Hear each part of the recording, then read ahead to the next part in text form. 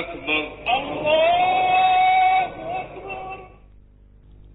مسجد کو اسلامی معاشرے میں بنیادی اہمیت حاصل ہے، جہاں عبادات کے علاوہ دیگر سماجی عوامل بھی انجام پاتے ہیں۔ قرآن کریم نے ان الفاظ میں مسجد کی اہمیت واضح کی ہے۔ اللہ کی مسجدوں کو وہی لوگ آباد کر سکتے ہیں جو اللہ اور روز آخر کو مانیں اور نماز قائم کریں، زکوٰۃ دیں اور اللہ کے سوا کسی سے نہ ڈریں۔ انہی سے یہ توقع ہے کہ سیدھی راہ چلیں گے۔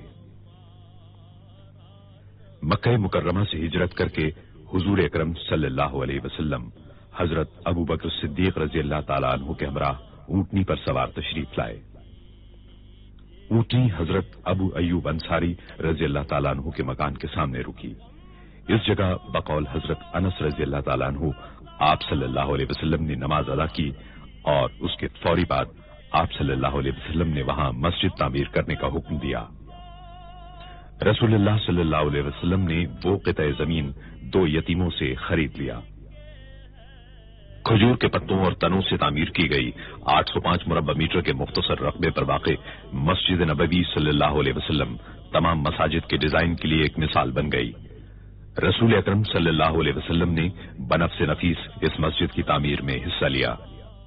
اللہ تعالیٰ نے مسجد نبوی کو بلند مقام عطا فرمایا ہے، جہاں اس کی رحمتوں کی بارش ہوتی اور اس کے بندے ہم وقت اپنے رب کی عبادت میں مشغول رہتے ہیں۔ رسول اللہ صلی اللہ علیہ وسلم نے سن 7 ہجری میں مسجد نبوی میں 2475 مربع میٹر کی توسیع فرمائی۔ 17 ہجری میں حضرت عمر فاروق رضی اللہ تعالیٰ عنہ نے مسجد میں 1100 مربع میٹر کی توسیع کی۔ حضرت عثمان غنی رضی اللہ تعالیٰ عنہ نے 29 اور 30 ہجری کے دوران نہ صرف یہ کہ 496 مربع میٹر کی توسیع کی، بلکہ ساری عمارت میں منقش پتھر لگوائے اور ستونوں کو سیسے سے مضبوط کیا۔ مدینہ منورہ کے اس وقت کے گورنر حضرت عمر بن عبدالعزیز کو خلیفہ ولید بن عبد الملک نے ہدایت کی کہ مسجد کی پرانی عمارت کو گرا کر ازسر نو تعمیر کیا جائے اور اس میں 2369 مربع میٹر کی توسیع کے لیے اطراف کے مکانات خرید کر انہیں مسجد میں شامل کیا جائے۔ نئی عمارت 3 سال کی مدت میں 91 ہجری میں تیار ہوئی، جس میں گنبد اور 2 مینار شامل تھے اور دیواروں اور چھت پر طلائی کام اور نہایت عمدہ میناکاری تھی۔ 161 ہجری میں خلیفہ محمد بن منصور عرف مہدی نے مسجد کو 2450 مربع میٹر کی وسعت دی اور پوری عمارت کو نقش و نگار سے آراستہ کیا۔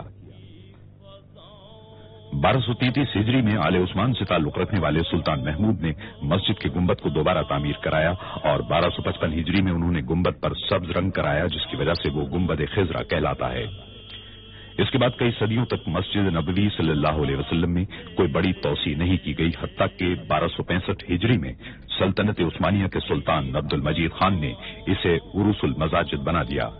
انہوں نے شمال اور مشرقی سمتوں میں مسجد کو 1293 مربع میٹر تک توسیع دینے کا کام شروع کرایا۔ اس کام کی تکمیل میں 13 برس صرف ہوئے۔ مسجد حرام کے بعد مسجد نبوی صلی اللہ علیہ وسلم تمام مسلمانوں کے لیے دوسری مقدس ترین مسجد ہے، جہاں وہ دنیا کے کونے کونے سے زیارت اور عبادت کے لیے حاضر ہوتے ہیں۔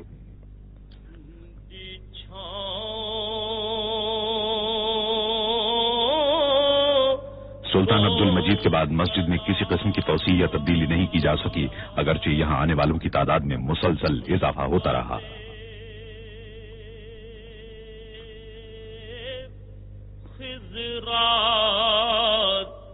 لوگوں کی بڑھتی ہوئی تعداد کے پیش نظر شاہ عبدالعزیز السعود نے 1368 ہجری میں مسجد نبوی صلی اللہ علیہ وسلم میں توسیع کا فرمان جاری کیا۔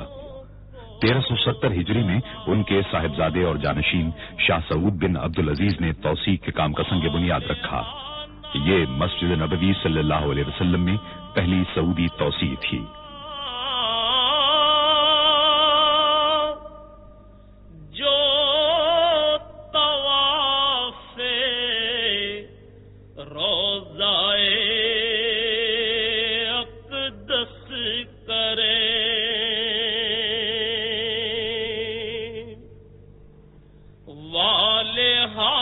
محدود آلات اور مشینری کی قلت کی وجہ سے زیادہ تر کام ہاتھ سے ہی کرنا پڑا۔ مسجد نبوی صلی اللہ علیہ وسلم میں توسیع کی ضرورت اتنی شدید تھی کہ یہ منصوبہ 5 برس میں ہی پائے تکمیل کو پہنچ گیا۔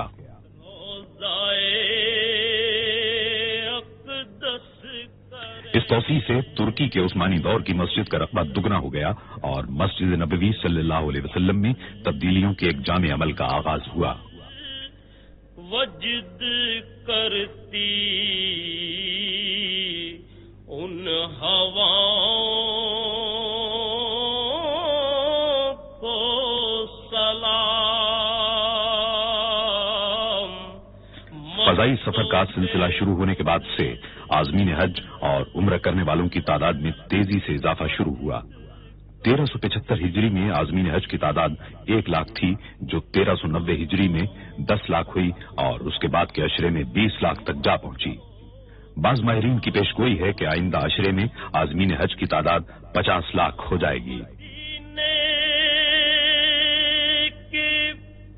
1393 ہجری میں شاہ فیصل نے عازمین حج کی بڑھتی ہوئی تعداد کے پیش نظر شیڈ تعمیر کرانے کا حکم دیا، تاہم اس کا مستقل حل تلاش کیا جانا ابھی باقی تھا. جو مدینے کے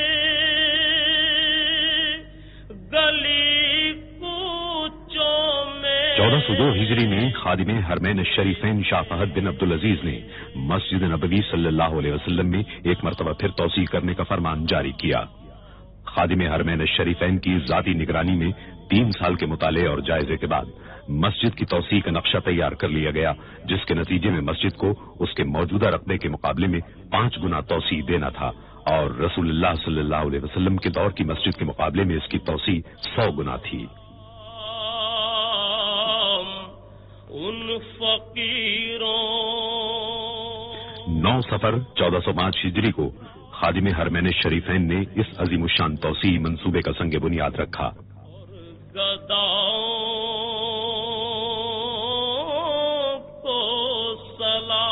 شاہ فہد نے منصوبے کی تکمیل کی مدت 6 سال مقرر کی. اس میں بہترین تعمیراتی سامان اور جدید ترین تعمیراتی طریقوں کے استعمال کا فیصلہ کیا گیا. خادم حرمین الشریفین کی خواہش تھی کہ ایک ایسا مرکز تیار کیا جائے جہاں عبادت گزاروں اور شہریوں کو بہترین سہولتیں اور خدمات فراہم کی جا سکیں. چنانچہ ایک ماسٹر پلان تیار کیا گیا جس میں رسول اللہ صلی اللہ علیہ وسلم کے دور کے پورے مدینہ منورہ کو مسجد میں شامل کر لیا گیا. صبح اور شاموں کو سلام. قدیم شہر صدیوں سے عازمین حج کی خدمت کر رہا تھا، لیکن ان کی بڑھتی ہوئی تعداد نے صورتحال کو پیچیدہ بنا دیا اور شہر میں جدید ترین سہولتوں کی فراہمی کے لیے مسجد نبوی صلی اللہ علیہ وسلم کی توسیع بنیادی اہمیت کی حامل تھی. منصوبے کا پہلا کام قدیم عمارتوں کو منہدم کرنا تھا.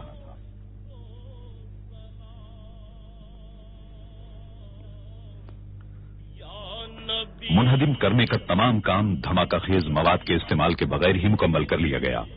مٹی سے بنائے گئے روایتی مکان آسانی سے گرا لیے گئے، لیکن کنکریٹ سے تعمیر کی گئی جدید عمارتوں کو منہدم کرنے کا کام کہیں زیادہ مشکل اور خطرناک تھا. اس کا حل انجینئروں نے یہ نکالا کہ ایسی عمارتوں کی بنیادوں کو ایک خاص حد تک کمزور کر دیا جائے، جس کے بعد انہیں گرانا مشکل نہیں رہا.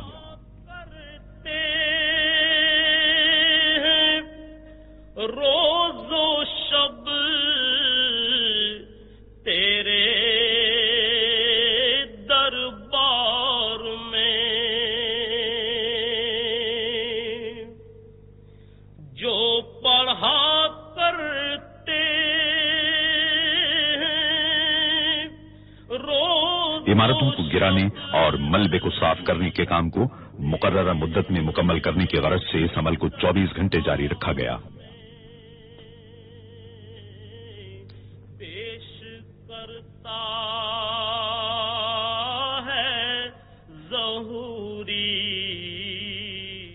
جب عمارتوں کو منہدم کرنے اور ملبے کی صفائی کا کام ہو رہا تھا تو اس بات کی پوری کوشش کی گئی کہ شہری سہولتیں اور روزمرہ زندگی کم سے کم متاثر ہو. پیش کرتا کار پارکنگ کے عارضی مقامات، سڑکیں اور پیدل چلنے والوں کے لیے فٹ پاتھ تعمیر کیے گئے تاکہ نمازی ہمیشہ آسانی اور سہولت کے ساتھ مسجد آ سکیں.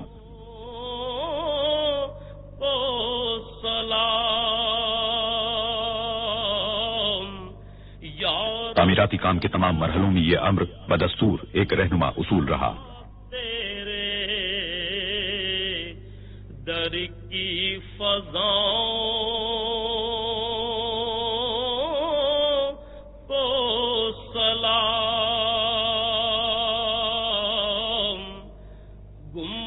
17 محرم الحرام 1406 ہجری کو مسجد کی توسیع کے لیے بنیادوں کی کھدائی کے ساتھ ہی تعمیراتی کام کا آغاز ہو گیا۔ مسجد کے ارد گرد کا علاقہ صحرائی ریت کا ہونے کے باعث غیر مستحکم تھا اور عظیم الشان ڈھانچے کو سنبھالنے کے لیے بنیادوں کی تعمیر کی جدید ترین ٹیکنالوجی کی ضرورت تھی۔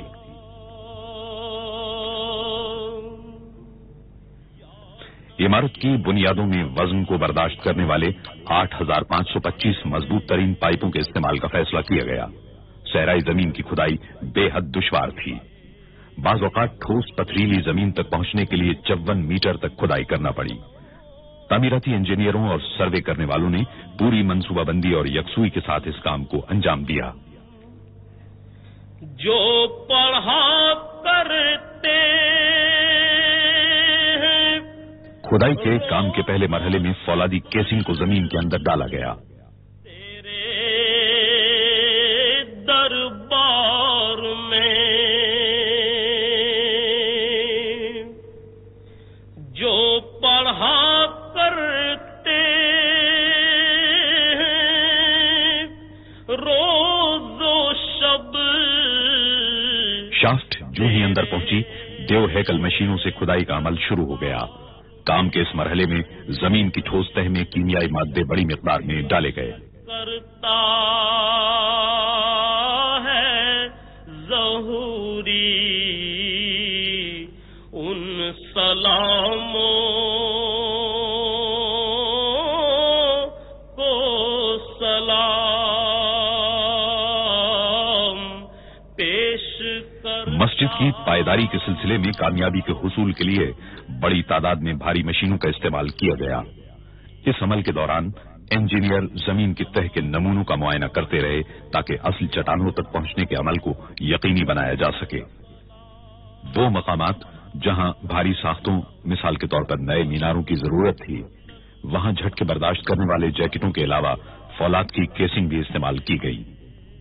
فولاد کی کیسنگ کی اندرونی اور بیرونی جگہوں پر کیمیائی مادے ڈالے گئے تاکہ نئی عمارت کو ہر قسم کے معائب سے محفوظ رکھا جا سکے۔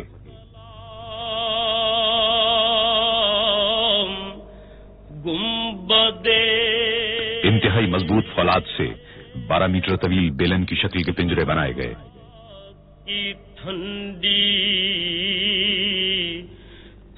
اصل پوزیشن کو سنبھالنے کی غرض سے ان پنجروں کو کنکریٹ کی مدد سے نصب کیا گیا۔ 12 میٹر کی لمبائی کی زمین کی تہ میں اتارنے کے بعد ویلڈنگ کر دی گئی۔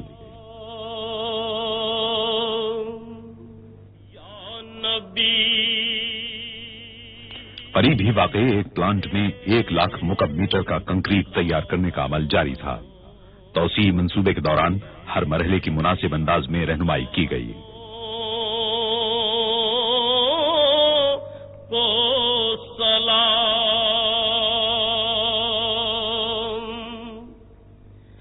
جو پڑھا کرتے ہیں روز و شب تیرے۔ کنکریٹ کے معیار کی تصدیق کے لیے ستونوں میں الٹراسونک سینسر کا استعمال کیا گیا۔ جو پڑھا کرتے مسجد نبوی صلی اللہ علیہ وسلم کی نئی عمارت کے وزن کو سنبھالنے کے لیے بہترین ستون تعمیر کیے گئے۔ اس پوری نئی عظیم الشان عمارت کو مستحکم بنانے کا انحصار کنکریٹ کی قوت اور پائیداری پر تھا۔ عمارت کا پورا ڈھانچہ ستونوں کا مرہون منت ہوتا ہے۔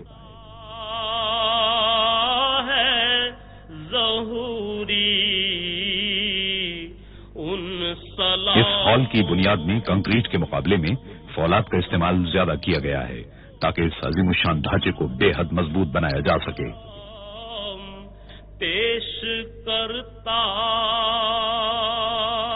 تہخانے اور ستون کے لیے سریوں سے تیار کیے گئے اہم پنجروں کو بنیادوں سے اٹھائے گئے فولادی ٹاور کے ساتھ ویلڈ کر دیا گیا۔